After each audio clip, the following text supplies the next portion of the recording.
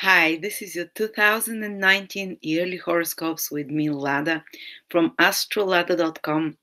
Thank you for choosing me to be your guide for the year 2019. I feel very flattered. And I just want, before we start, and this is the intro for all 12 signs, but it's important for you to watch it. And before I start for each sign, I want to invite you to join me in a little prayer, no matter who you believe in and what you believe in, just to focus our energy and to benefit the most through this reading. Dear Mother, Father, Universe, God, exalted angels, guardians of every human, those that are helping the evolution of humanity and of every individual person. Please bless everyone who watches those videos and the whole world in 2019. Let those videos and the information that is given here be useful to everyone, so everyone can use it to the most constructive possible ways, to the highest vibration of the planets. And even if there are challenging periods and moments in our life in 2019, let this video and this information give us not only clarity but a meaning and understanding of those more painful experiences that are in front of us, so we realize that life is not an adversary to battle with and conquer, that life is our benevolent good partner that is trying to lead us to discover our true authenticity. It is trying to lead us to a place of happiness, to a place of truthfulness. So let this year 2019 and the information we receive here, let us use it to the highest good for everyone involved, and let us be able to utilize the planetary energies to help ourselves, to uplift ourselves and those around us. Amen. So I want for you to benefit the most. Thank you so much for joining me, by the way, in the prayer. So for you to benefit the most from this, I want you to take a pen and paper and write down 3 things. And some of you would be just listening your sun sign. Others would be just listening to your moon sign. Others bought all the 12 videos, so you'll be able to be watching your ascendant, sun, and moon. But I always advise you, watch your ascendant sign, because if you go to a professional astrologer, they'll look at your ascendant and how the planets are in correspondence, where they're moving from that ascendant. And nowadays, more and more astrologers are using the ancient time of astrology, which is whole sign house system.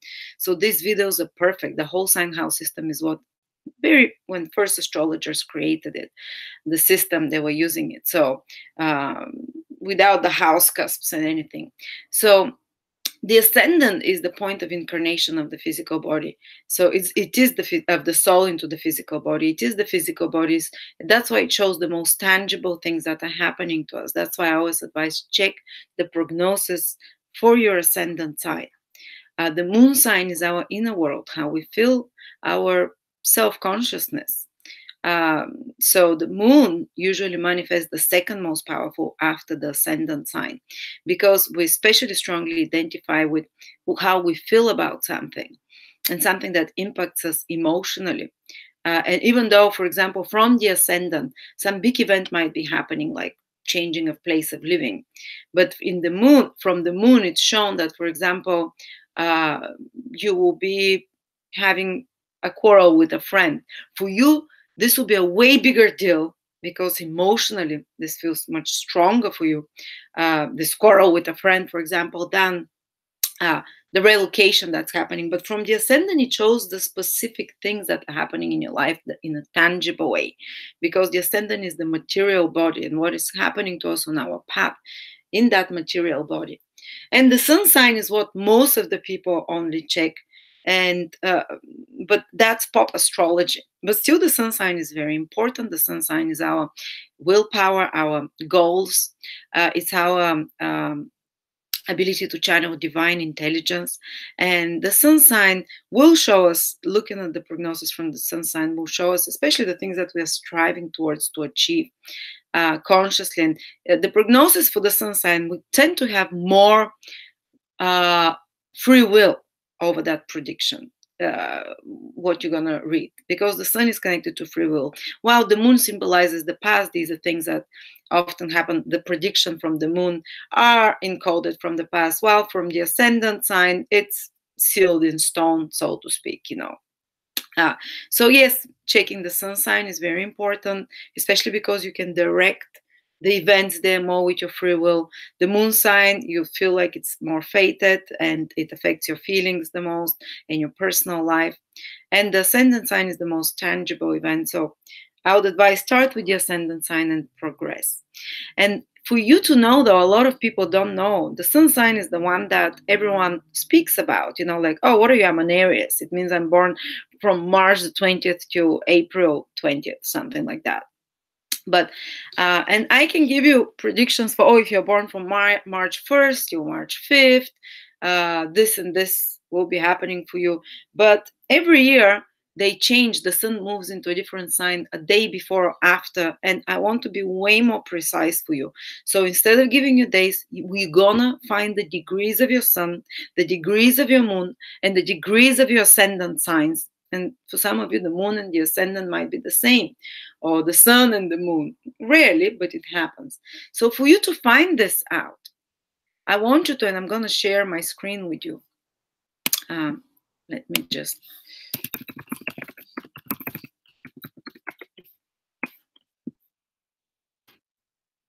Here it is. Share. So I hope you see it. Go to my birth website, astrolada.com. You see it here. And go to the birth chart and transits. Or if you have any other astrology calculator, I don't mind as long as it gives you the information that I'm going to show. So here I'm going to put a fictitious person, let's say whatever name. Write your name. So you're born in August the 6th, 1972, for example, at 8 a.m. or make sure that if you're born later, you check if it's 8 p.m., 20, you know. And it's important for your correct ascendant and for the degree, in particular for the ascendant and the direct degree of the moon, the correct sign and degree of the moon, for you to know your minute of birth. If you don't know it within 15, 20 minutes, the degree of the ascendant might be 3 or 4 degrees off, but the moon degree would usually be correct.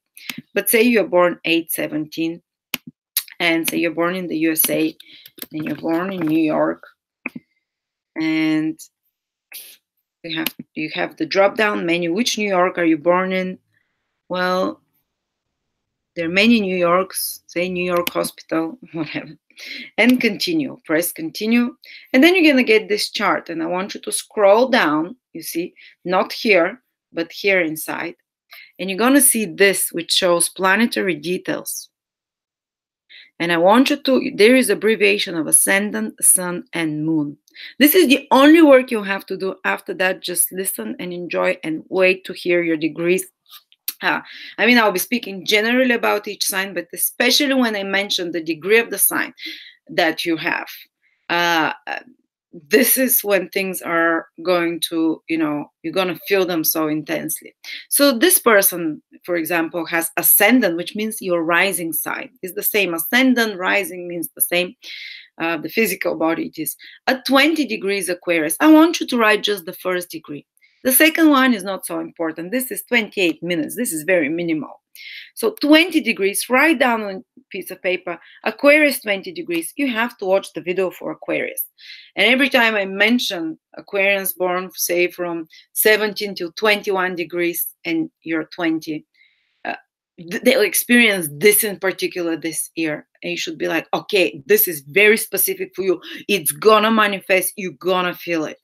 Then write down your sun sign. This person, for example, has sun at 14 degrees Leo. And the moon sign. The moon sign for this person is at 16 degrees Cancer.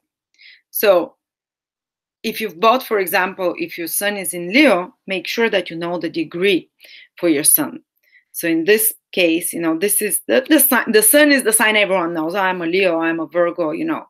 So, but make sure you check the degree of your sun. Check the degree of your sun. Check the degree of your ascendant or moon, whichever one you're waiting. And then, so for example, if you have the all 15 videos, this person has to check the video for Aquarius, Leo, and Cancer. So I hope it's not too complicated. It's actually quite simple. You can watch the video a few times to understand what it means. But now know the degree. Write it down, have it on a piece of paper, and whatever you're listening to, if it's your moon sign that you're listening, knowing the degree, when you hear your moon degree, you're like, ting, that's specific for me. For the ascendant sign, overall, the whole prediction is very correct. While for the sun and moon sign, again, you would feel it maybe to a lesser degree, but especially when I mention your sun or moon degree, this is going to, it's happening. Whatever I talk about, it's happening. You feel it strongly. It's going to be so important for you that year. So, with that introduction, thank you so much. And we're going to start with the signs one by one.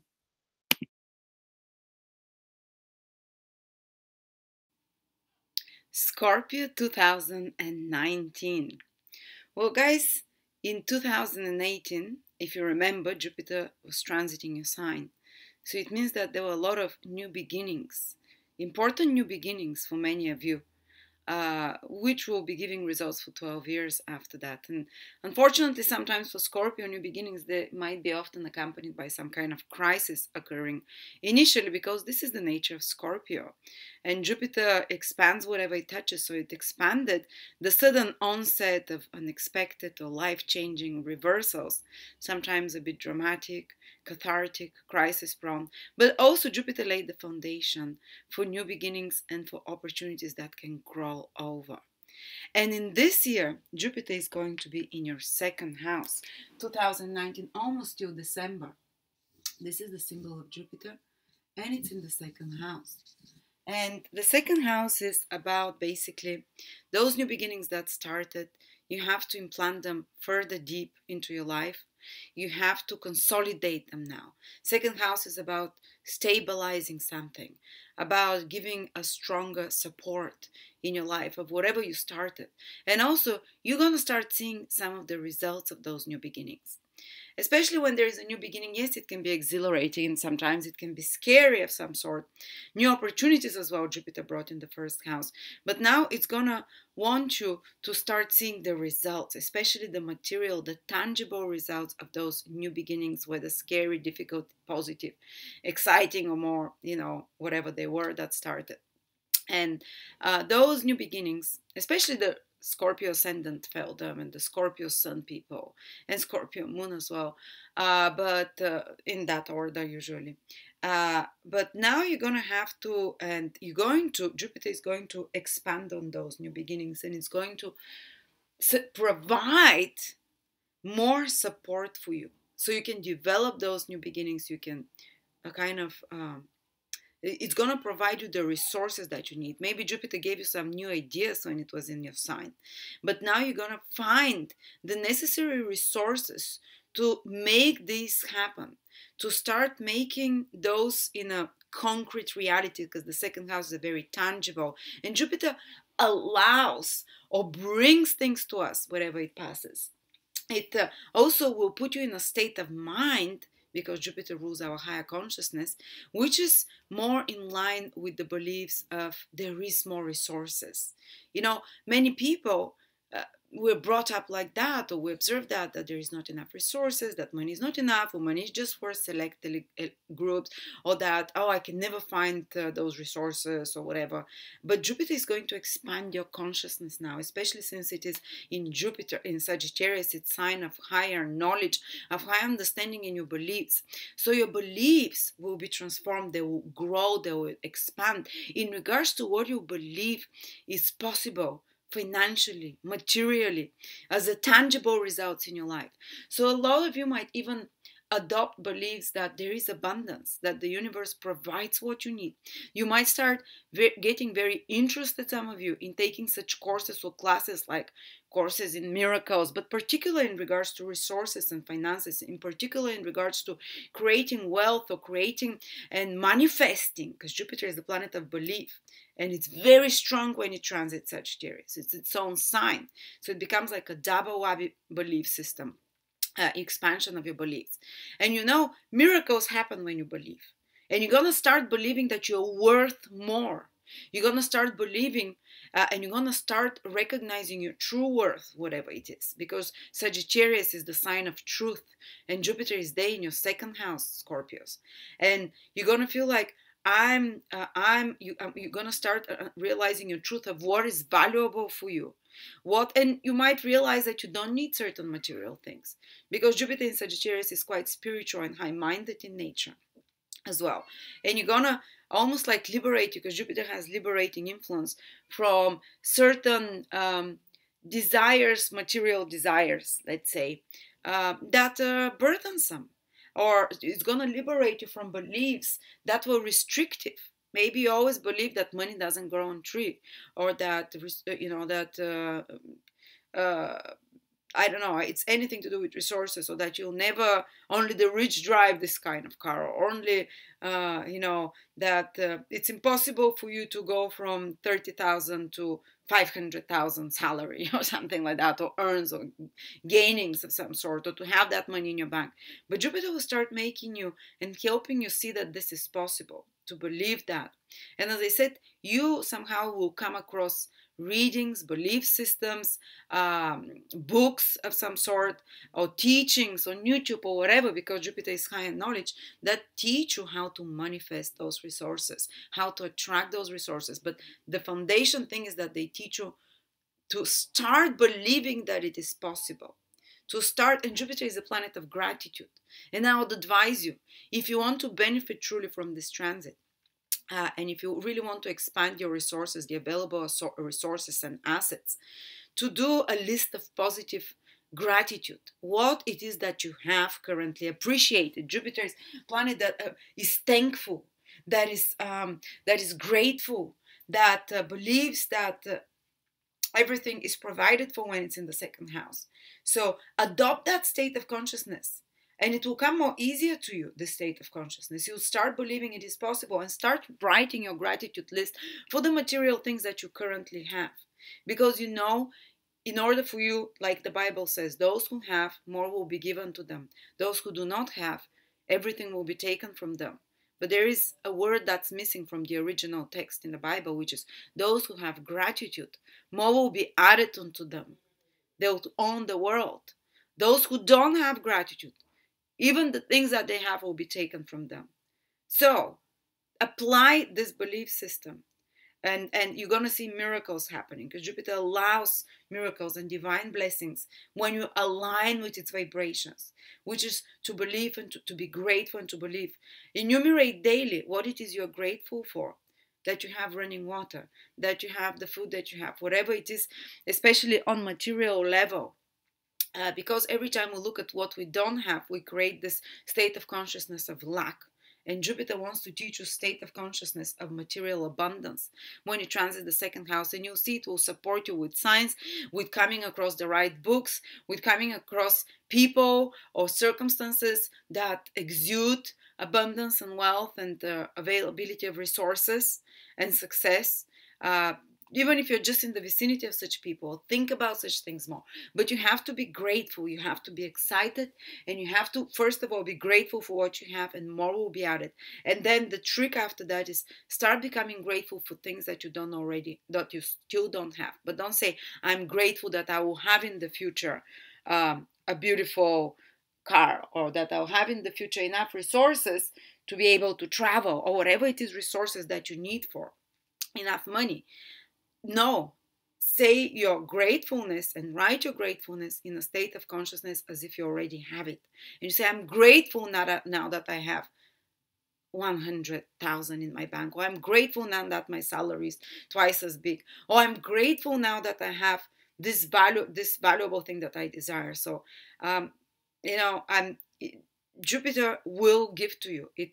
But it will help you generate this state of consciousness in this year. And if you create this state of consciousness also consciously, purposefully, for the next 12 years, you'll see the fruits of what you did, of this expansion of your awareness of your self-worth, and your awareness and your expansion of your belief in material prosperity. And but this is the year you cultivate this. This is the year it's possible for you to start believing, not just repeating it to yourself and then still feeling miserable. No, your mind will align to that much easier because of this Jupiter in the second house. And then, even if you don't see immediately the results now, some of you will. especially Jupiter is making good aspects from the second house to other planets in your horoscope, but that's more for a personal horoscope. If you have other planets in fire or air signs that Jupiter is trining from your second house, you're going to start seeing those results materially manifesting and expanding your valuables, your resources. By the end of the year 2019, you might have, I've seen people like almost double and triple their financial situation in such, and their bank accounts in such circumstances. But for some of you, it might be just the beginning of the change of consciousness, that you start believing it's possible, that you cultivate this gratefulness state for what you already have, and gratefulness state for the material things that you don't have yet, but you state it as you have it, like it's happened, and you try and feel it. You feel, when you say thank you, you feel it from your heart, you let it vibrate here. And if you adopt that, believe me, you'll see that something that this year was pivotal and determining for changing your whole financial situation for life. I can tell you that years ago, when Jupiter was transiting my second house, this is exactly what happened. And this is what I started doing. And I didn't see immediately, basically, I still haven't completed this 12-year cycle, Jupiter coming back there. But this is when I started doing affirmations and imagining that I have all those things that I wanted, the resources, because I had a very poor consciousness and mentality of self-worth. My self-worth was very, very low, which is the second house as well. And it reflected that I never had money for anything, basically just pay rent. So the available resources were pretty constricted. This is when I changed my consciousness with repeated affirmations, with movies that I created, and I watched them on the background of my laptop, and it's been giving amazing results now. And this is what kickstarted the process. But opportunity also appeared. Opportunities appear that you can start now, that will stabilize your finances. That will, and again, it might give its results immediately, sometimes a bit later, but stay tuned, because the universe will bring those to you. Your mind is more aligned to the abundance of the universe, of this world, and you'd find yourself that you may be in the right place at the right time, and you intuitively recognize what is worthy of your time, what is worthy of your efforts, what is valuable. You're gonna start recognizing the intrinsic value of something. So somehow your value system will be upgraded. It will also help you improve your self-worth, to grow a healthier self-worth, to expand on it. And once you start believing you're worthy of something, whatever it is, you're going to attract it. This is the secret of the whole life, and this is and it's funny, because Jupiter is very spiritual, the second house very material, but we can apply spiritual, that's why they kind of clash, because the second house is the house of naturally of Venus, luxuries, material things, but you can apply spiritual principles into material life, and they manifest, so okay, so that it can be a year your opportunities for expansion of finances appear. And not only that, but Jupiter is going to make a full 100% trinal aspect, which is very powerful and positive, to your second house, especially if you have your ascendant in Scorpio. To a lesser degree, Moon and Sun, but you will also feel it. And to your 10th house from your sign Scorpio. And these are all Artha or earth houses, which are about material manifestations. So Jupiter can expand your resources by finding you a new job or bringing more work to you, or Jupiter can also expand your resources through promotion of some sort, the 10th house, by bringing more leadership opportunities, possibilities for more public visibility of some sort, achieving some of your career goals or career project of some sort.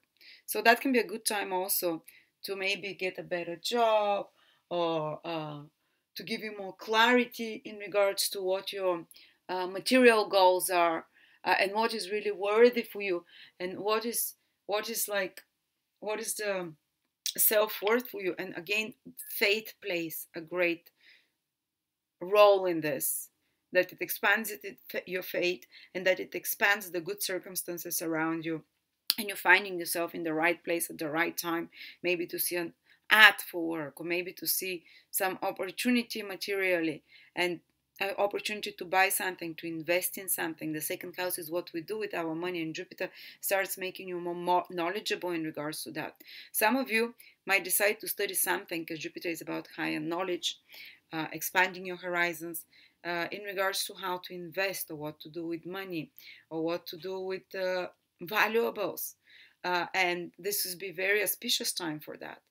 Anyone who is in a second house career of any type, they'll see proliferation and growth of those opportunities in their business. And second house businesses is anything that you keep, storekeeper, storage facilities of any sort, places where you store knowledge, archives of any sort, or where you store information as well, database storage of any sort. If you're in any such careers, it will expand to people that work with valuables, someone who works in an auction house, or someone who works in, uh,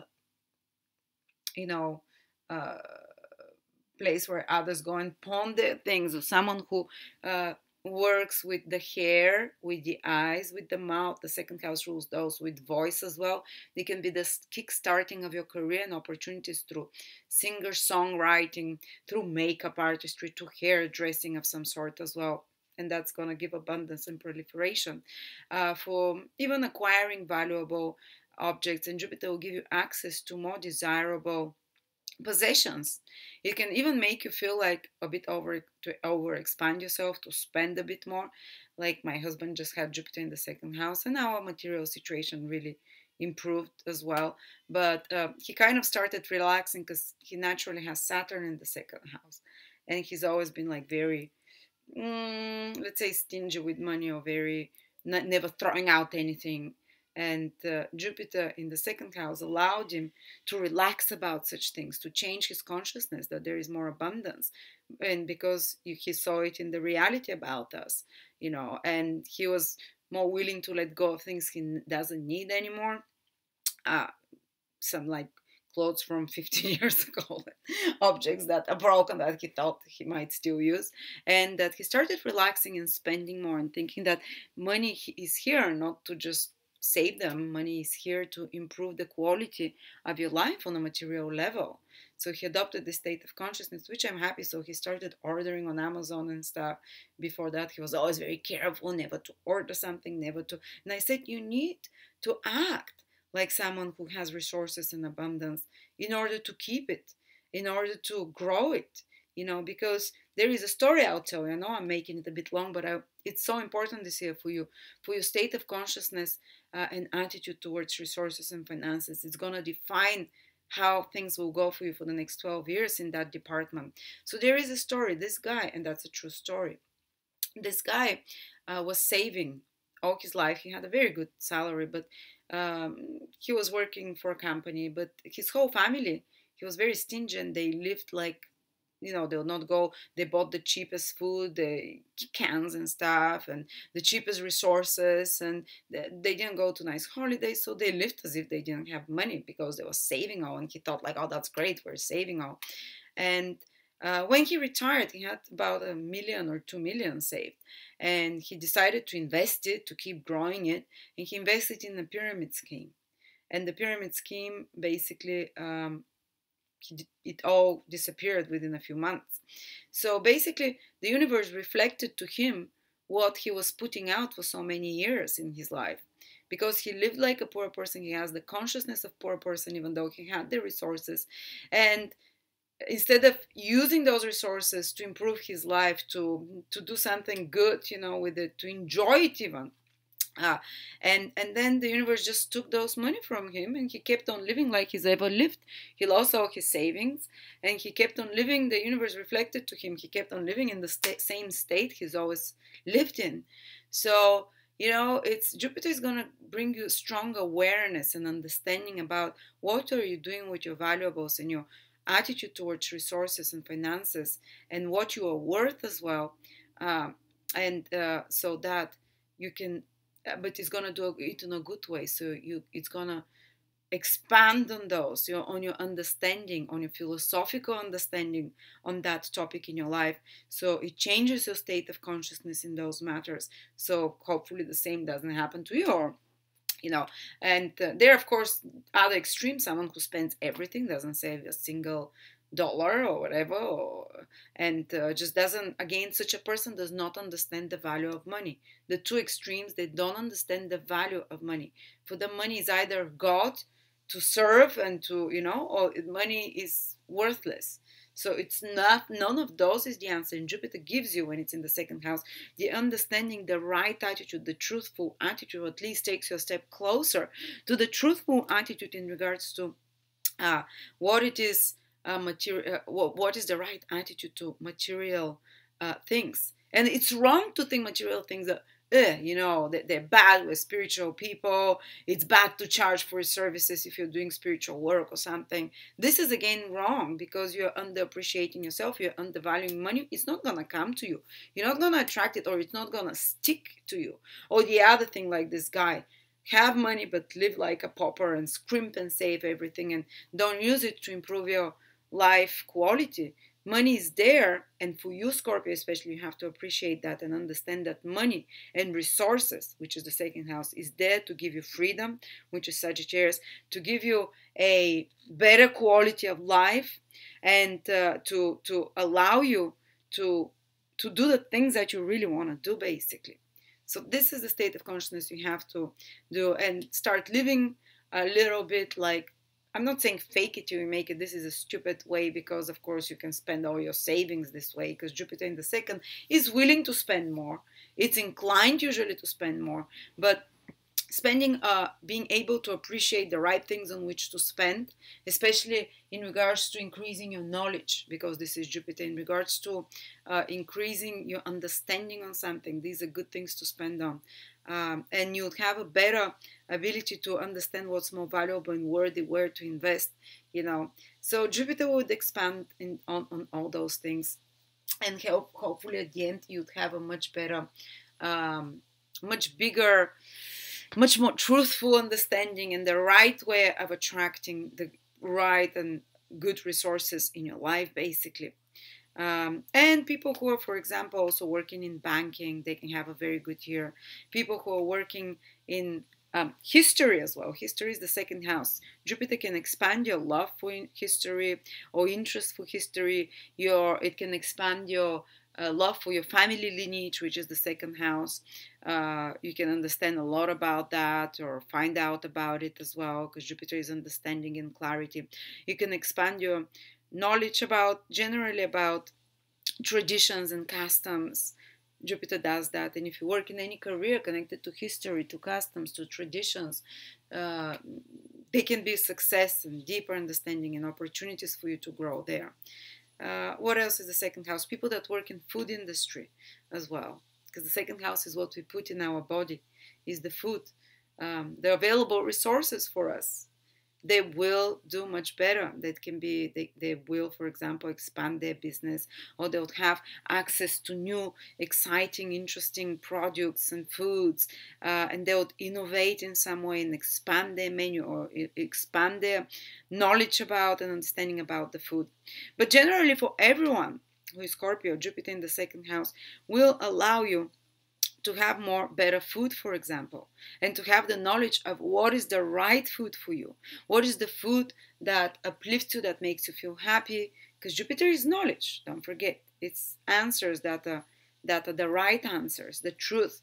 So you'd get more aligned to what is the truthful and good food for you, and things that you put in your body, and things that will be more that will raise your consciousness, your state of happiness, and your productivity in any way as well. But there is one other thing. When Jupiter transits the second house, we might be inclined sometimes to eat more, because of course the second house is where we eat, what we put in the mouth. Jupiter can expand that. So I'm not saying you're going to definitely, but that's a likelihood, So does Saturn when it transits the second house, because Saturn keeps everything, so it does not release the nutrients in our body. It keeps everything and piles up. But Jupiter in the second in particular as well. Also, you can attract a lot of valuable things that you consider, attractive. You can start living with the consciousness of more abundance, and it will manifest and reflect in your life. You can have more intuition where to invest your money, the right thinking the right way as well. Also, the second house rules with spoke, that is the mouth, the voice. Anyone who works with the voice, with beauty as well, with products for beauty, for products, for luxury products of any sort, and commodities that are about pleasure and the five senses, just like the food industry, restaurants and makeup people, makeup experts and makeup artists and hairstylists. These are all luxury stuff that are connected to beauty, to smells, to perfumes as well, to textiles, to materials. You'd have better year. There will be more access to better resources. You'll find more understanding about your products. You'd find the right commodities and resources, basically, and expand on those things. Okay, so this is Jupiter, but generally, even if you're not in those careers, you can just start buying more stuff that are more, that you're more, that you enjoy more. But generally, for everyone, there is opportunities to expand your resources. There is opportunity even for improvement of work conditions and even a debt of some sort to improve or to move forward with. And of course, with career. But don't forget that Jupiter is making 3 times a square to Neptune, which is in your 5th house, Scorpio. So there might be certain expenses connected to the 5th house, and there might be some losses or expenses that are that appear because of your children. You have to do some expenses on your children that can drain some of those resources. But Jupiter is there in the 2nd house. It allows you to find the resources that you need no matter what. Don't worry, there is the support, but you might have to spend some on children, or you might just spend some on some creative project. And it doesn't mean it's wrong to spend on that creative project. It just can feel that it's draining some of your, resources there. Or you might have to spend more on some, on lover of some sort, or some on fun and enjoyment. So this is where you can overspend. 5th house things, creative projects, children, lovers, or entertainment of any sort. Okay. Then, and those financial opportunities that will appear might feel like they slow down when Jupiter goes retrograde, which happens from April the 10th to August the 11th. So in that period, spring and summer, you can feel like, well, I thought the money is going to grow, my positivity about those things. But this is usually when Jupiter goes retrograde, for you to to those opportunities that came, they can come back again for you to work stronger, or you might have to work behind the scenes to make them happen, to lead you to more abundance, or they might slow down so you can integrate this consciousness. And then after August the 11th, if you've been working on something, have to put more effort in regards to creating more material, financial security, or matters connected to products connected to beauty, to hair, to food, all those things that we talked about, to valuable resources. They will start giving results after mid of August onwards. At the same time, you have Saturn in your 3rd house. And it's in its own sign, so it makes it much more easy to deal. And Saturn's been there already in 2018. So many of you have felt it from 2018, but it continues in 2019 to be there. Just to mention that Ketu, the South Node, which is in astrology is indicated like that, is also in the 3rd house. And let's talk a little bit about that. And it's the whole year that they're there together. Well, Saturn actually is quite a good transit to pass to the 3rd house, because it tends to give, yes, it will give difficulties, and we'll speak what they are, but the final results are usually quite positive, especially when it's in its own sign. So the 3rd house is your communication, and Saturn's ultimate goal is to streamline those communications, to make them more organized, your thinking processes, to make them more simple, more efficient, more organized, more to remove the unnecessary things, to teach you to be more structured communicator and more structured thinker. But in the process of achieving that, what can happen is that you might feel that you have that you are not really enjoying the normal everyday chit chat, because third house is like, oh, hi, how are you doing? You know what this did? Or, oh, but, and you don't have patience or time for everyday banter and superficial communications. You might find yourself that you are considering that gossiping, talking around, or just even socializing on a daily basis with people. If you normally like to talk on the phone, which is not something Scorpios are very known for, because they already have Capricorn in their third house, so their communications are quite Saturnian. As you know, Saturn is very suspicious, and Saturn is a sign that Saturn and Capricorn, they're reserved. So that's why Scorpio is known as a sign that is reserved in their communications. They observe, they kind of stay detached first. And that comes from Saturn in Capricorn in the third house. But now Saturn is there, and you might find yourself even more like staying away and kind of distancing yourself from everyday communications, just jumping into conversations. You're kind of more reserved, and you just observe more. And you even find it useless to do like silly banter and chit chat.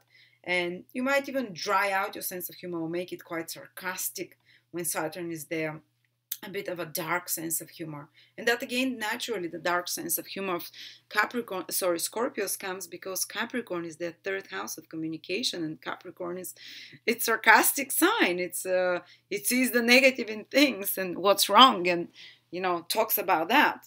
And you can find yourself that you're talking more about those things that are going wrong or more negative things. So it's you have to be more careful, because sometimes Saturn transit in the third house can create bouts of mental depression, because Saturn suppresses whatever house is transiting, lowers the vibration. Third house is your everyday mental narrative, what it is that you're talking in your head. And Saturn can usually lower it, so you tend to notice the more negative things that are happening, or talk more about them, or discuss them more. And we don't want that to happen. And if you start noticing yourself with a more negative mentality, that your mind is on a negative loop of some sort, and that you're starting to see the world in darker colors, and that's more likely now, especially if you have already susceptibility to that. Just the remedy and the cure for that is to distance yourself, because Saturn wants us to distance ourselves and to say, okay, these are just thoughts, this is not me, this is not the reality, these are just thoughts, and to get this a detached perspective. And Ketu is going to help you for that, because Ketu is a very spiritual planet, and it's also transiting your third house, and it is a planet that's connected to taking the role of the witness. Because remember that what spirituality and meditation is about, to recognize that you're a witness in a movie, and like this is what all Buddhist traditions, meditation and things, to be able to observe your thoughts pass in front of you. Ketu in the third house helps you disconnect from the association that your thoughts are your own, and helps you adapt the attitude of a witness observer, and that, oh, these are just thoughts, they're not realities so far yet, and they shouldn't influence my feelings, and why should I get depressed? So yes, Saturn can lower and make you feel more negative towards things, and a bit more dour and serious, and with this inclination to a bit of mental depression. But at the same time, Ketu allows you to take that role of the observer, of the witness, and to disconnect from those thoughts, and to disconnect. And even this can be a good time for meditation. Saturn also wants to streamline and cut off the unnecessary chatter in your mind.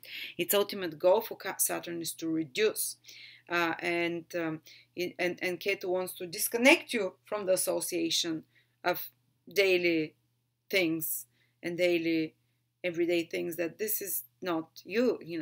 So this can be a good time for quieting the mind, for slowing it down, and Saturn will also help slow down the mind. But if you start noticing that you're too negative, just take that break. You might even need a bit more time alone when Saturn transits the third house, because the third house is the social house, where like, oh, let's do this, what's this happening, daily meetings and staff communications, chit chat, hanging out with friends. And Saturn will be like, oh, I need time alone. I need time to put order in my thoughts. to straighten out my head. And Ketu is like, let's observe those thoughts and detach from them. So sometimes social isolation of some sort also comes when Saturn transits the third house, but usually the person wants it and they need it. And the final outcome of the Saturn in the third house, of course, is more organized thoughts, more control over your thoughts. Not that Scorpio needs more of that, but obviously now, and more, and on a more physical, material level, basically, it can make you more efficient communicator. With no beating around the bush. Not that you need it, you already have Capricorn there. But for some Scorpios it is. And it will make you cautious not to say things, sometimes. You already are. As I said, this is your natural state there. Saturn, the planet that rules your third house, it's in Capricorn. So, but it's going to make you kind of be more cautious what you say, not speak trivial things, but it kind of drains the joy of social contacts. Like go to a party and just talk about things. You might want to talk about deep things or serious things, all the time. Or your mind might be too much on work and responsibilities and duties. This is what Saturn is. But it's gonna make you, for example, if you're a writer or a speaker, Saturn there, after repeated efforts, will allow you to kind of cut off the unnecessary. If you repeat too much like I do, Saturn will make it much after this period, after it passes the third house. It will make you streamline these communications, make them more simple, make them more, chop off the unnecessary appendages there from those things. But Saturn can increase the workload connected to third house matters. So there can be a lot of duties and responsibilities connected to business administrative tasks. Third house rules writing letters, reports, administrative duties, marketing, advertising, media. So if you're in any of those careers, marketing, writing, business administration, media, speaking, training, teaching, using the hands, Saturn will bring a lot of responsibilities. It usually can be quite good for careers like that. Yes, it brings a lot of duties and a lot of kind of worries about those things, and it draws out because it slows down such projects. Yes, it brings more of those such responsibilities, but it makes them, you complete them only after repeated efforts. It doesn't happen from the first time, or it takes much longer than you expected. So you might find yourself in a lot more longer business meetings, or a lot more multiple or more kind of that kind of draining business meetings with a lot of if you're working in a small group environment with others, like a team, heavy responsibilities with teammates, and those projects together, they take longer. They're just very demanding. They're just very with a lot of hard work to do. Or if you have projects on marketing, on sales, on advertising, they slow down. Also, sales, I'm not saying that you're going to suffer materially from that, but any kind of completion of a sales or any completion of some kind of a commercial transaction just take longer, requires more efforts and repeated efforts of a few times, but it's going to give good results eventually. It's going to give very long lasting and stable results, but it just requires more efforts. Maybe it's just a bit way over your head, and Saturn is teaching you to take a more serious, more serious and let's say more responsible projects of that sort. So anyone heavy responsibilities with media, with marketing, with business administration, but repeated efforts are needed there.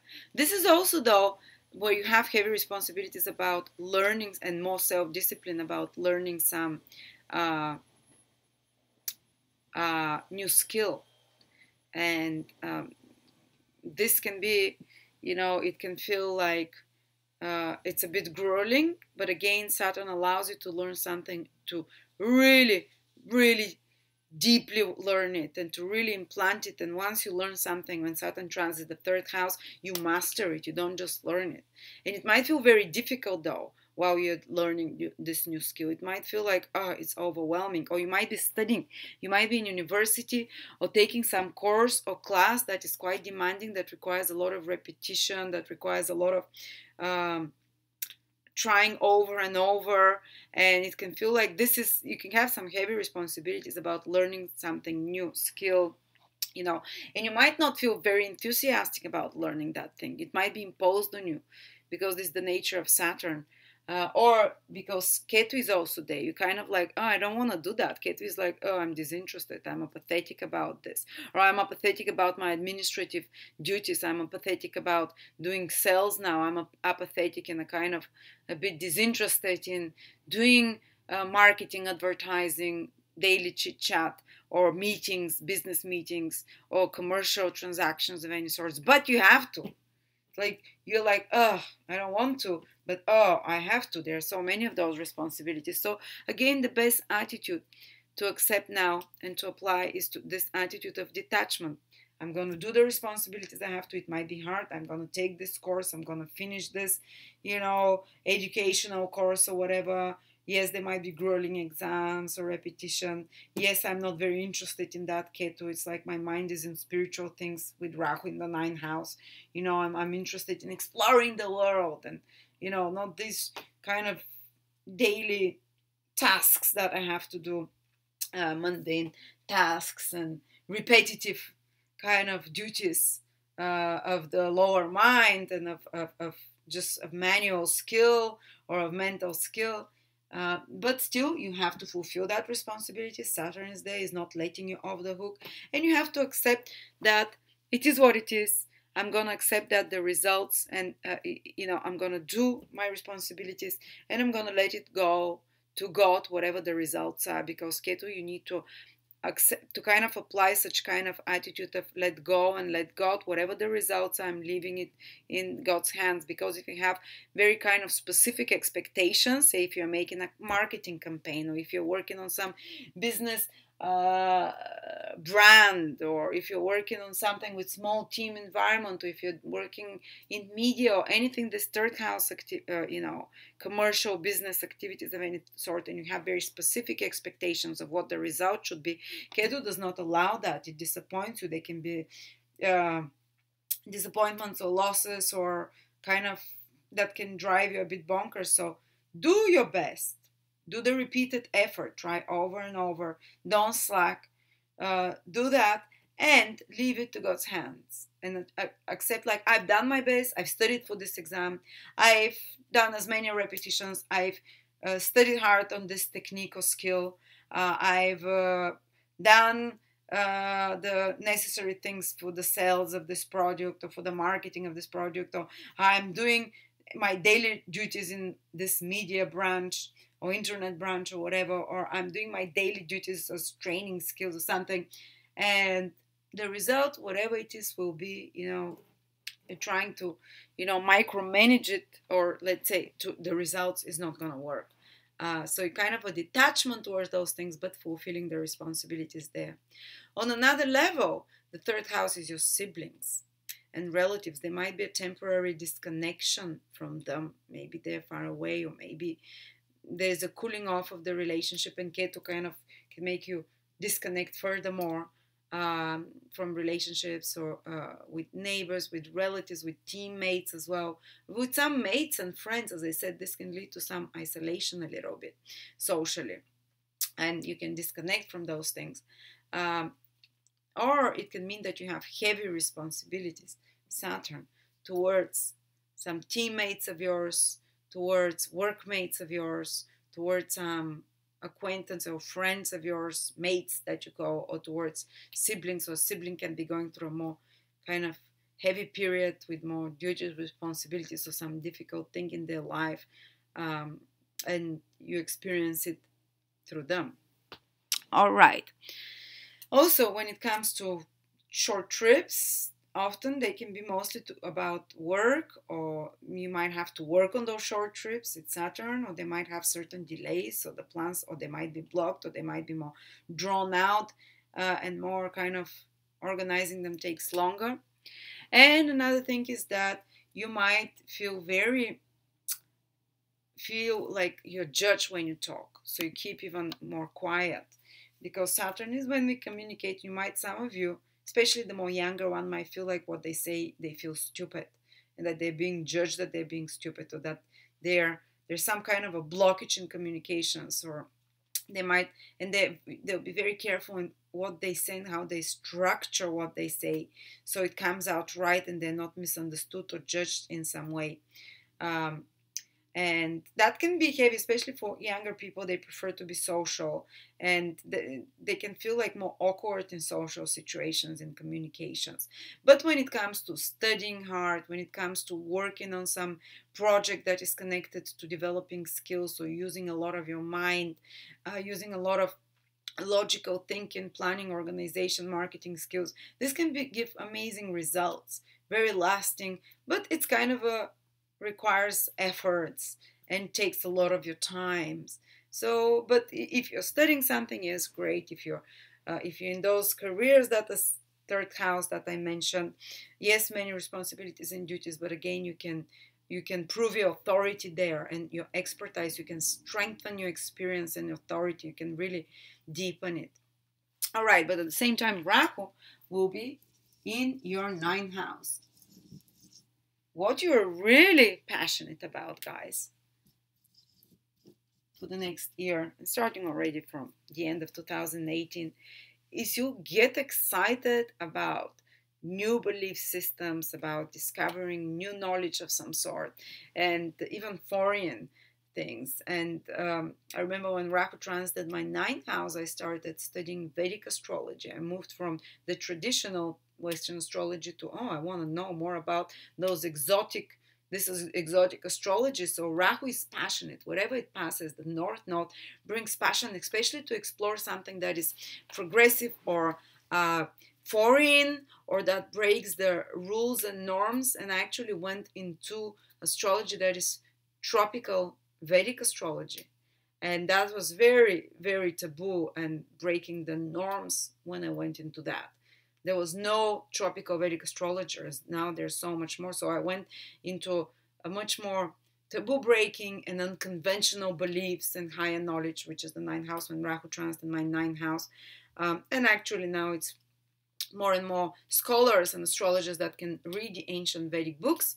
It's clearly stated there that the signs, or the rashis as they call them, are connected to the solstices and equinoxes and are not connected to the constellations. Only the lunar mansions or the nakshatras are connected to the 27 constellations, not 12. And that the ancient Vedic books actually used tropical zodiac, but back then it was taboo. And basically sometimes people in Rahu transits their ninth house, they can go into, say, like, I want to go to visit the Tibetan monastery, or I want to travel for, they become hungry to travel for knowledge, to have international travel. And Rahu opens those things. Rahu for long-term trips. Yes, Saturn is making an opposition to the ninth house.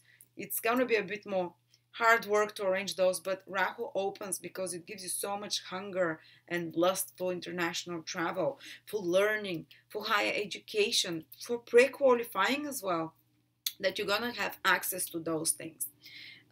So also you might become excited about following some spiritual figure, or following some new belief system, or kind of get excited about some, some inspirational figure that you want to follow, that you want to go on some pilgrimage to another country. You're going to get excited about having more adventures. You're going to get excited about knowing more foreigners or people from different backgrounds far away from you, rather than you'll feel a bit apathetic about your everyday people that you meet, your colleagues, your mates, your neighbors. You're going to be, I want exciting new people from foreign places with different belief systems, and Rahu will allow that to happen. Also, Rahu can make you very desirous to go to a foreign country or to relocate of some sort. This can also happen. And just increases the passion for higher knowledge, increases the passion. But there is just one thing with Rahu. You have to be careful that you don't get drawn into charismatic, because Rahu is very charismatic, especially foreign teachers and stuff that are fake, that are, because Rahu is a pretender. It can bring pretending, So sometimes there is danger, especially if it's making hard aspects from the ninth house or the difficult planets there, that you might attract, that you might go after the wrong kind of belief system that's way over your head, for example, uh, or a teacher or something um, that is too controversial of some sort, or that is a fake. But usually, when Rahu transits the ninth house, you get attracted to very different belief systems, to such that so new and so unconventional, or so um, uh, let's say controversial. And you can have a because whatever Rahu transit, it gives you a temporary jump into higher prestige and recognition, and into even more material achievements. So you can have a jump through material achievements and privileges by affiliating with a certain belief system, by affiliating with a certain teacher and following their beliefs, So they can be a big, Rahu tends to rise you suddenly. Also, if you're someone who teaches, say someone who goes to, does seminars and teaches people on, you have access to more international travel and teaching. You have access, and there will be heavy responsibilities of administrative duties there. Don't forget Saturn in the third house.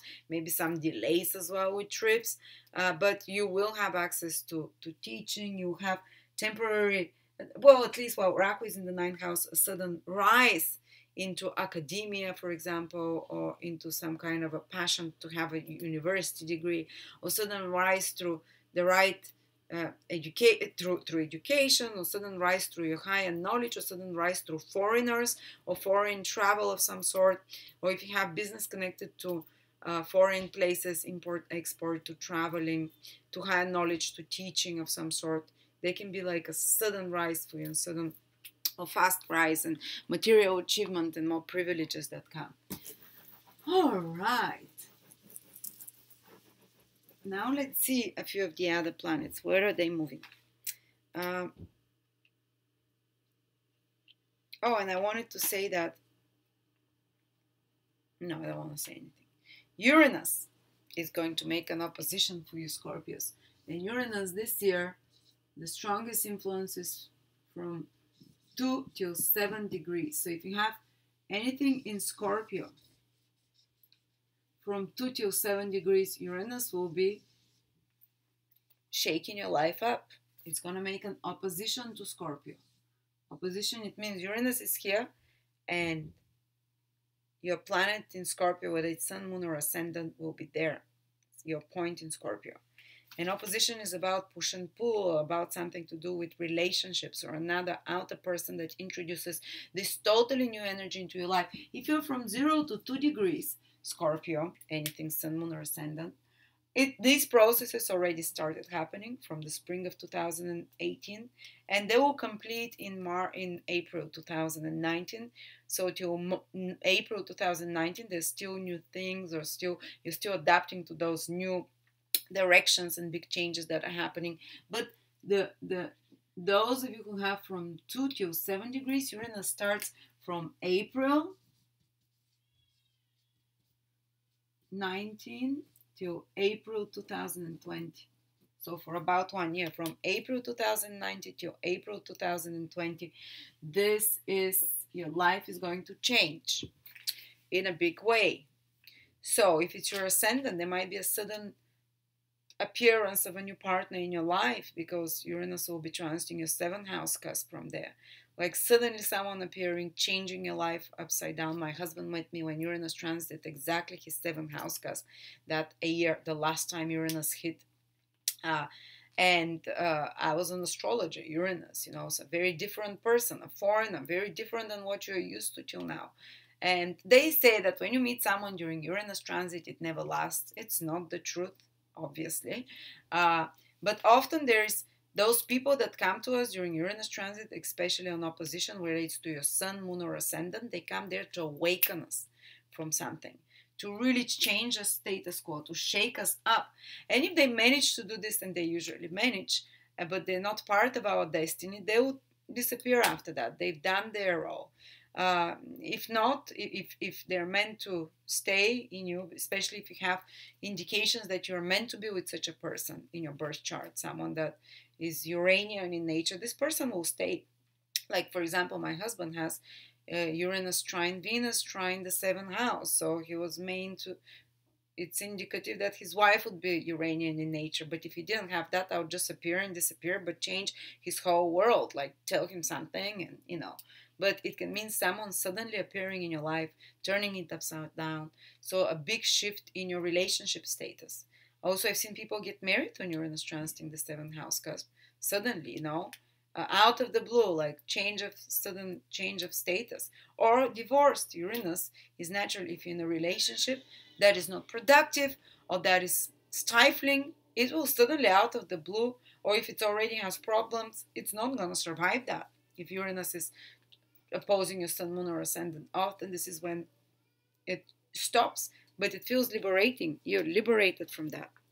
And if you're dating, there might be some on and off relationships that are coming, that they come and go, or something that is unusual, or sometimes long distance. Or sometimes I've just seen that when Uranus opposes the sun, moon, or ascendant, your partner might be coming and going because they have to work somewhere. There's a kind of the temporary separations with the partner because he has to travel or she has to travel. That's another way it can play out. But if you're in an already shaky relationship, this can really turn things around, and this can indicate the separation unless you do some big change in the relationship. And that means like you relocate somewhere, that you, especially if it's the moon involved or the ascendant, or you change, like a new child comes or something shifts in a big way. And Uranus often makes us quite rebellious when it transits sun, moon, or ascendant. You want to do what you want to do, or a partner in your life, and they say like, I'm going on a world trip, I'll be back in 2 months, and you're like, what? Or I'm gonna go take that job in Iowa and travel back and forth. Or you might feel like, I want to do this. It might happen to you, it might be reflected through a partner because it's an opposition. And it's like some sudden big changes happening in your life through another person, through partner, business, or personal. And when it's the sun in those 2 to 7 degrees, you can change your career. There can be a sudden separation or sudden appearance of a male, important male in your life.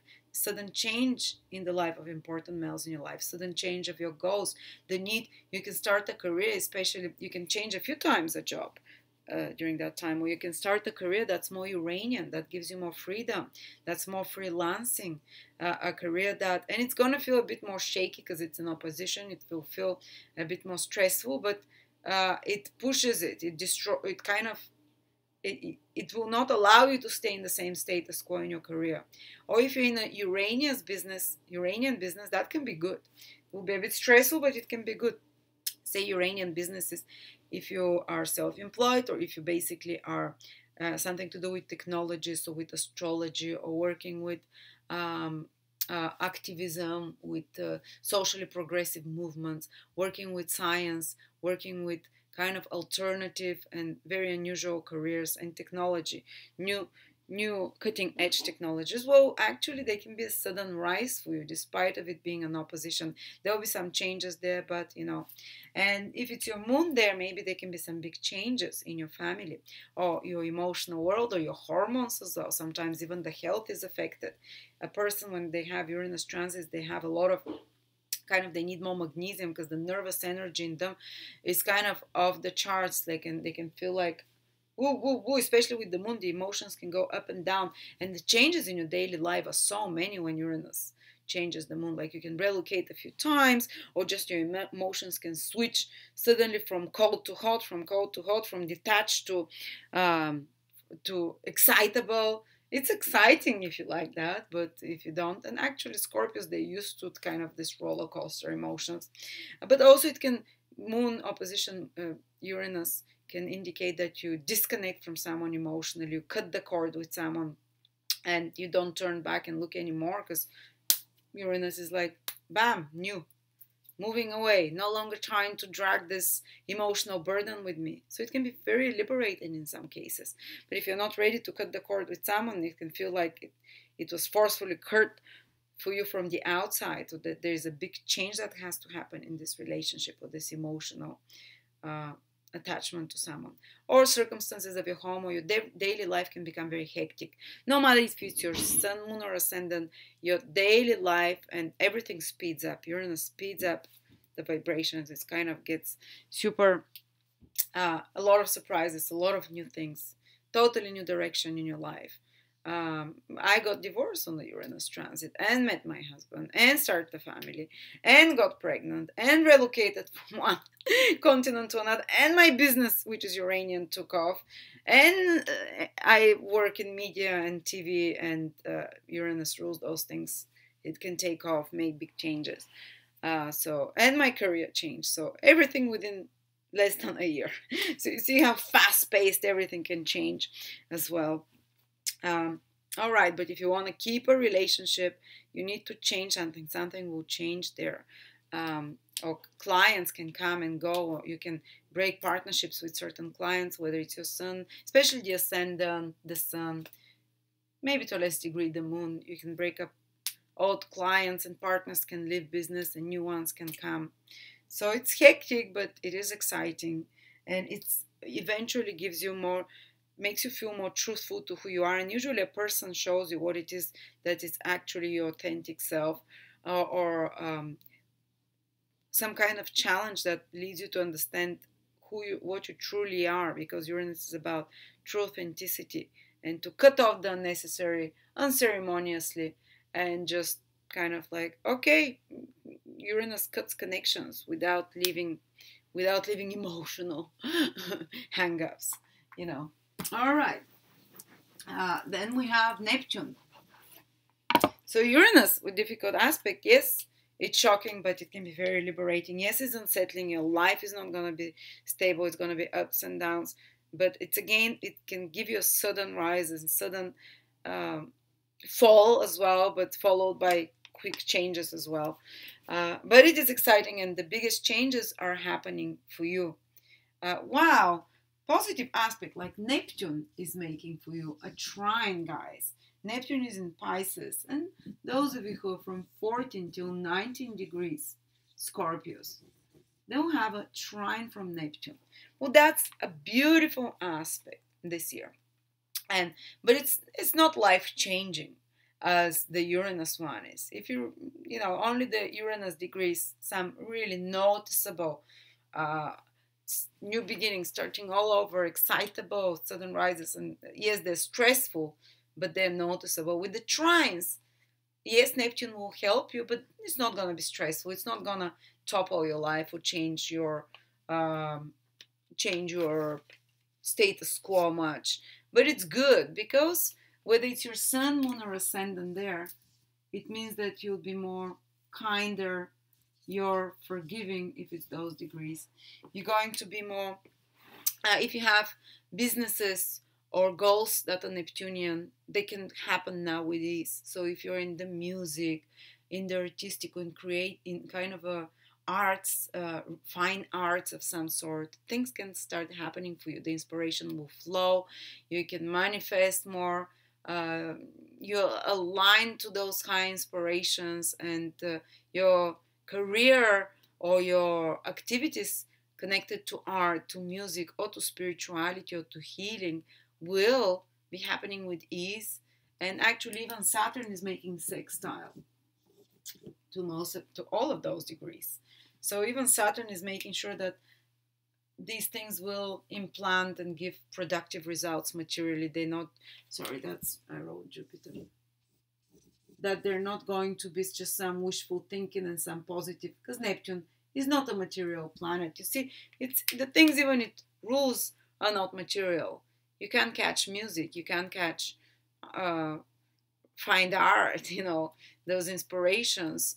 The imagination rules Neptune. So anyone who has Scorpio and has those degrees, projects to do with imagination, projects to do with or activities or hobbies to do with spirituality. You become your spirituality more refined, your intuition becomes stronger, you can have almost mediumship skills, or you can have dreams that are correct, but your intuition is right, it's not misleading. If Neptune was making difficult aspect, oh, then I can't guarantee, but Neptune is making a soft aspect, so you align, you get the right inklings, inspirations, and they're not misleading, and your intuition is strong, and the universe is you can feel like magic is happening around you.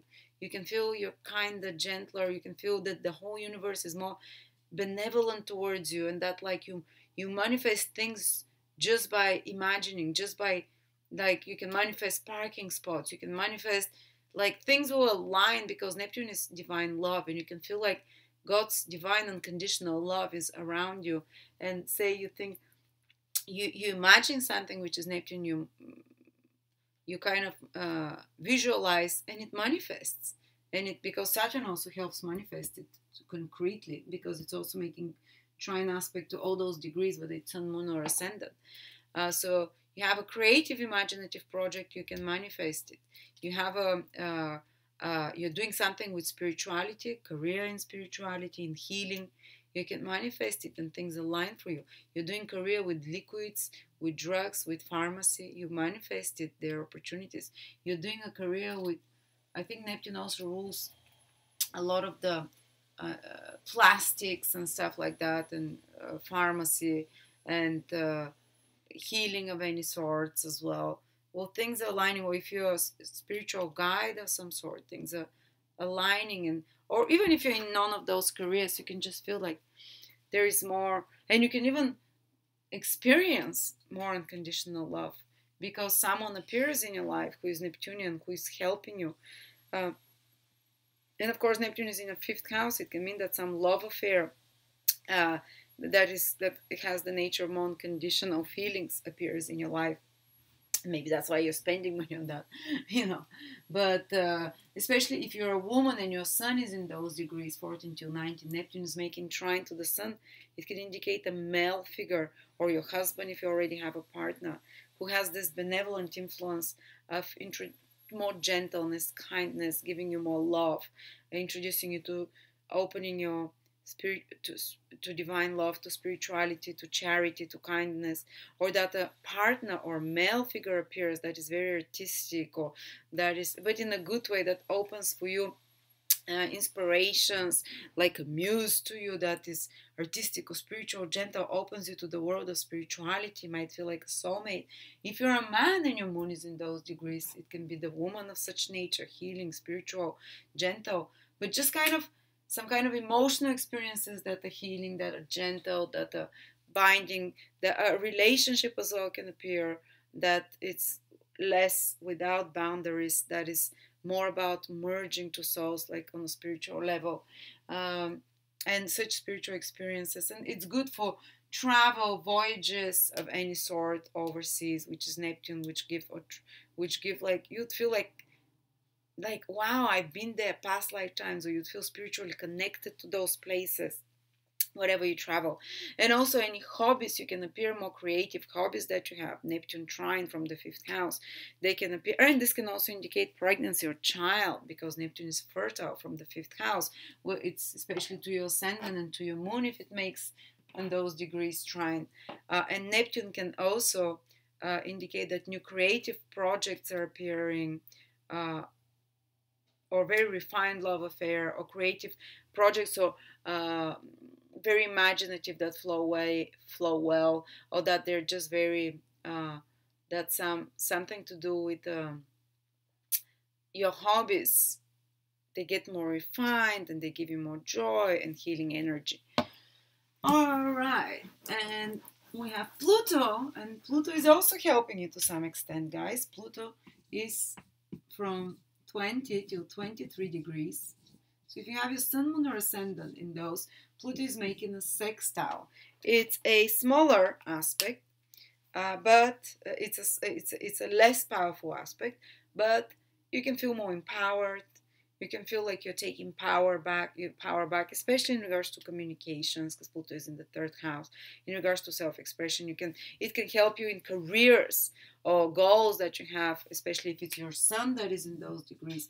That are also the ascendant, that are Plutonic in nature, something to do with research, something to do with the occult, something to do with investigation, something. It can empower your career. It can bring a person of power who is helpful to you, person who helps empower you, male figure that helps empower you and is helpful to your male figure. That is Plutonic in nature, but in a good way, very penetrating, exciting, not exciting, insightful, very deep, intense, of some sort, you know. And if it's your moon day, it can have positive influence on your family life, or again, your ascendant. It can, in a sense that they can be something to do that improves in your home environment, in your emotional, that you feel emotionally stronger, that you feel emotionally more insightful and penetrating. So Plutonic careers and Plutonic activities, you can get much more into secrets and things, and you'll get the answers to those. All right, so I think we covered all the planets. And the last thing that I wanted to say is the eclipses don't affect you directly, guys. They're happening in the third and ninth house. So the things that I talked about, the third and ninth house, are going to happen to you more. But there is Mercury is going retrograde 3 times, and it's always in signs, in water signs that are actually supportive for you. In March, Mercury is going retrograde in Pisces, which is your 5th house. So in March, you might be revising maybe someone from the past love affair can come up, or if you can think about it more, so you can rethink it, see it from a different perspective, release it. There might be some creative project that you're working on that you have to put final touches or fix some mistakes there or edit certain things, and they come up to the surface that you have to correct. If you're working with students, old students can come back to you. Or if you are doing something in regards to being in the center stage, whether you're an actor, performer, whether you're a spokesperson of some sort, you might be having to put extra efforts with your skills to prepare or something like that. Or it can mean that romantically you have some important conversations in regards to romantic relationships, giving and expressing of love. That might escalate to some extent as well, but that they're about making things clearer. And sometimes a romantic relationship can also fall apart if it's not the right one, because Mercury wants to balance things, to make them, to change the rules, so to speak. Also, there can be some important conversations in regards to children, with your children, that or some important developments in regards to that. And then Mercury goes retrograde again in July, in Cancer mostly, part of Leo as well. But Cancer is, for you, Scorpios, your 9th house. So there can be some having to work extra hard on something to do with higher education, having to correct some documents for legalizing a foreign travel. Maybe there might be some delays or having to fix something, documents to do with faraway places, import, export, business of traveling of some sort, or communications with foreigners. They might get more complicated. You might have to work harder on it, or any plans to do with teaching, with lecturing. They might, you might need to be ready for plan B and C, or if you're traveling to faraway places with a plane or something, you might have to be careful, because there might be surprises there. But again, the results can be really good eventually. Just things don't go according to plan, but they can be very good as well. And in November, this one you will feel it's happening in your sign, Scorpio. Mercury goes retrograde from kind of the 1st till the 20th of November in the following degrees, from 10 to 29 degrees in Scorpio. So if you have Sun, Moon, or Ascendant from 10 till 29 degrees Scorpio, November, maybe even part of October, is pivotal. Can be life-changing in some way. It can be about you doing some very important project, which is mercurial, which requires writing, speaking, talking, marketing, business administration, organization, planning, meetings, and that requires extra effort and work from you. And it usually tends to be a good thing. Yes, some mistakes, projects have to be from the past have to be retouched, communications from the past come back, projects that uh, you, especially mercurial, some important communications have to be said, and also important relationships, things that you've been keeping quiet about relationships, they'll come on the surface now. You'll address them, and if something is not right, it will have to be corrected. And if it cannot be corrected, then it's released basically from your life. I had Mercury transit over my Sun 3 times, and I broke up a business partnership. It was very stressful. It got quite intense, even angry with communications, but it was the best thing that happened for me. And I was so grateful. So things escalate, things that you have, because this person was basically, I kept for years not saying anything, but I was not happy at all. And when Mercury went retrograde, I just went and addressed, and they started attacking me and stuff. But like, some very important things happen when Mercury goes retrograde in your own sign. Some very important communications. Some, especially they're often connected to arranging something, planning something, or your business, or your work, or maybe often there are more duties and responsibilities with mercurial duties, because retrograde planet requires 3 times the effort with, fixing problems with communication, with writing, with speaking, with planning, arranging work duties and stuff like that. But the final results can be extremely good. You can complete some business project by December. You can have a much better project. You can have a much better relationship than initially. But while Mercury is retrograde, you have to address those issues and work on them. So there we go, Scorpio. This is the thing for you. Oh yes, and of course when Mars, the days that Mars is in most active for you, when you'll be most active, it's from March, I think. Mars is entering your, Mars from the 15th of February, so mid-February, till, so you can remember it easier, till April. So mid-February and March, you have Mars in your 7th house. So mid-February to March, you can feel like others are stressing you more, that they're pushing your buttons more. There can be more arguments with people. So these are more critical times. Be careful. But also you can be very constructive, work on a project with another, get a lot of things done. But it's more likelihood that clients and others and partners and business or personal partners, marriage partners are more irritable, and you're more irritated with them. And a lot of problems, they address them to you then, and they're like, this is what I'm not happy with, or you might feel attacked, or you might get easily frustrated. So be careful when Mars is around. Don't overreact. Take a day to respond with email, whatever, not immediately. But also the things that aggravate you, they're exactly the ones that push you to do something, to fix something, to make it better, and to be more active. So others will be the pushing force for you to make changes. Others will be the ones that activate you into to be more productive, to be more efficient, to be more initiative.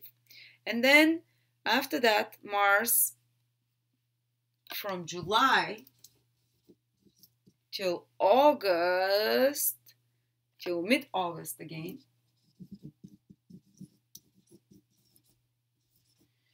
Mars is in your 10th house in Aries. So this is fantastic time to be extremely, and this is when you will be July to mid-August, you'll be very busy with career, with achieving more social, public visibility. You'll be very possibly active with the work, yet it might be stressful, of course, but these are the most hectic months when Mars is in the fixed signs for you. And this time you might have some fights with authority figures, with father figures, with bosses. But at the same time, if you're a boss yourself, you're going to be much more productive, much more driven, much more ambitious, or whatever career it is, you might just have a lot more workload that you have to push, but you have the energy to tackle it. And again, you might be more reactive, more irritable, but you are driven to succeed and you can get a lot done. And then the final time Mars very strongly activates you, it's from the November 20th to the end of the year. That's when Mars enters your sign, Scorpio. Powerful new beginnings for you then. You can get like, you're gonna feel like a burst of energy then. Mars hasn't been by that time in your sign for 2.5 years. You're gonna initiate new things. You can get physically more active. You can definitely start new projects, and they'll be, you'd have the force for that, you'd have the courage, you'd have the energy for that. Again, you can be more irritable this time. You might have to fight some battle, but Mars, of course, hopefully is the right battle that you're fighting, and Mars helps you win that battle when it transits the first house. But very, very active time of the year, those periods, especially November to the end of 2019. And because Mars is in its own sign, you're going to feel empowered. You're going to feel more physically active. You're going to feel more stronger physically. Yes, more irritable, but this irritation pushes you to start new things. It pushes you to tackle problems, to be courageous, to get things done, to initiate new things. So there we go, Scorpios. This was your 2019 overall horoscope. If you want a breakdown month by month, I'm doing written ones with my teacher. They'll be ready on the 25th, and the written ones will be month by month, day by day, almost. So that's a different thing, but it's taken a long time to complete those. So thank you so much, and enjoy 2019.